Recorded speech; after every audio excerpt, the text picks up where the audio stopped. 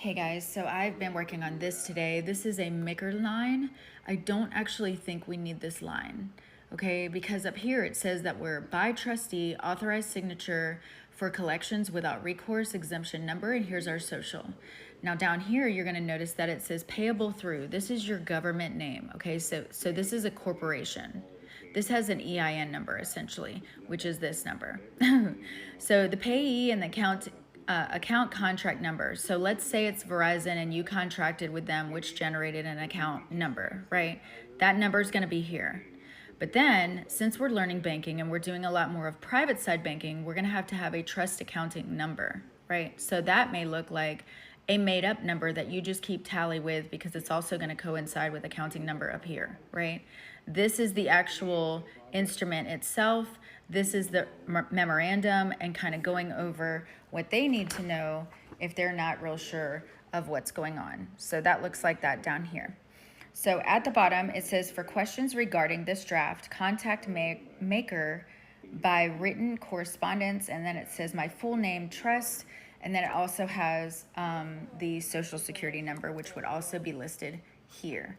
Okay, so these establishments in this like financial institution could look like municipal, courts, banks, schools, credit unions, insurance company, brokerage. It can also mean that there are 3 types of securities that are going to be, so this is your negotiable instrument. It could be an equity security, which includes stocks and an offer a share of ownership within the company. So say you took one of these in there, into a dealership, which I am not recommending. This is a total example, but let's say that you do, right? This is an equitable share. Now, not everybody in the dealership is going to know what you're doing, right? They're going to think that this is fraud. They're going to go, oh my God, that's not a real check because it doesn't have a maker line. They don't understand the private side, right? They don't understand that kind of banking. Then you're going to have a debt security, which includes bonds and bank notes, and they represent a company or government borrowing money from an investor. So even in this case, you are still the investor, right? Because you're the creditor. You're the one that is going to have the credits pulled from the treasury, right? Per your social security number based off your contract number within this company. Did you follow that? Sorry, it was really long. So once you establish your trust at a financial institution, whether it be a credit union or, Ameris or Wachovia or anything like that, that's going to be a commercial side bank is Wachovia, Bank of America, Wells Fargo, things like that, right? So if you are going to contract or you already have a contract with a commercial type bank, then I would rewrite some of those terms and conditions. You can resend your signature, but I would write it in not such a hateful way, almost like, hey, I realized this, this, and this, so I want to do this, this, and this, especially if you have receivership, and then also especially if you've already have your trust set up, because within that trust you should have like terms and conditions, an injunction, maybe a fee schedule, those type of things. Those trust documents within your account is going to like protect your account a little bit more. And then while you put the bank itself on notice, you can also put the treasury on notice right here that this is how you're going to be tendering payment, right? Whether it be a set off or a chargeback or anything like that, always send correspondence or always send some sort of notice.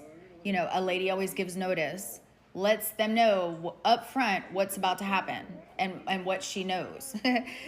So writing not only the bank that you bank with, but also the treasury is going to be worlds of difference other than like if you didn't, right? And you can also look up negotiable instruments under the Uniform Commercial Codes. That's UCC. Look under 3, and then 9 is securities. So 3 and 9 when you're dealing with negotiable instruments, but also you can look up Sessions Law, Chapter 35 also goes over negotiable instruments as well, specifically. The payee is the person that's receiving the money from another, okay? So this is the account that you opened with this company. So Verizon's account number, right? That's here.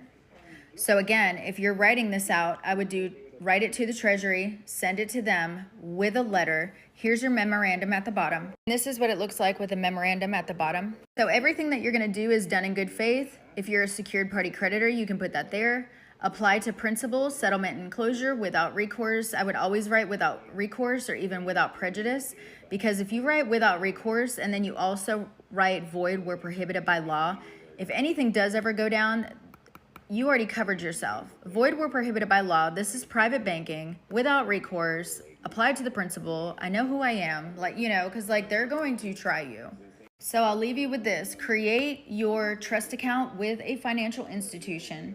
You can open it up in your EIN. You do not have to use your social. You don't have to use that. Make up the documents that you want to add to that, like an injunction or terms and conditions or, some sort of declaration that this is how you're going to run this private account. And then while you're talking to them, ask for a point of contact. Ask for somebody that you want to speak to on a regular basis about your private account.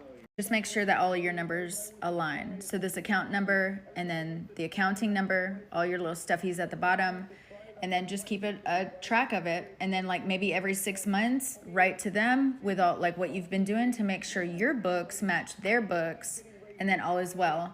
There is accord and satisfaction. I encourage you guys to even look that up, and just make sure that you are keeping track of what you're doing. Again, if you're using a different EIN, then you would put that there. No, you do not need the MICR line. I don't feel like you do at all because the exemption's already in there. Especially, say it was to Verizon. Verizon would pull up your account number, see that you're under trust. Maybe it's an EIN, or you change the name of it, or you reconveyed it.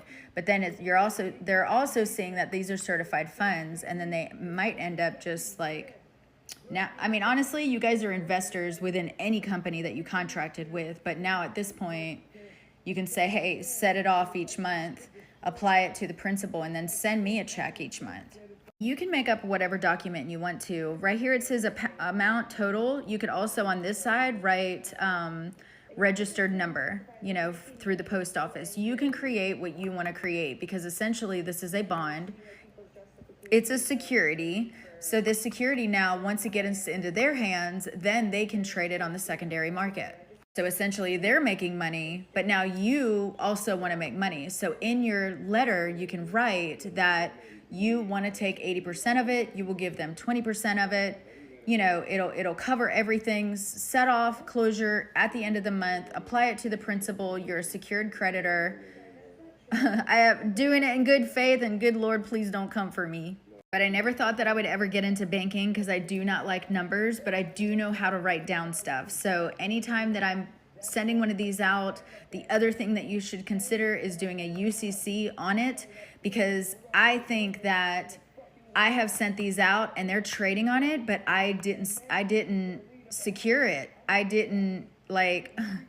just left it out in the streets willy-nilly. So it's kind of like your name. When you leaned your name, when you did a UCC1 on it, you would also do a UCC1 on this. So I'm trying to figure out how I could do one UCC1 for just negotiable instruments, certified funds, bill of exchange, anything like that, right? Make one of them and then write numbers that you would possibly use. Then they're already leaned. Every single instrument, negotiable instrument that you create is already leaned by the one UCC that you created. Did you get that? I know.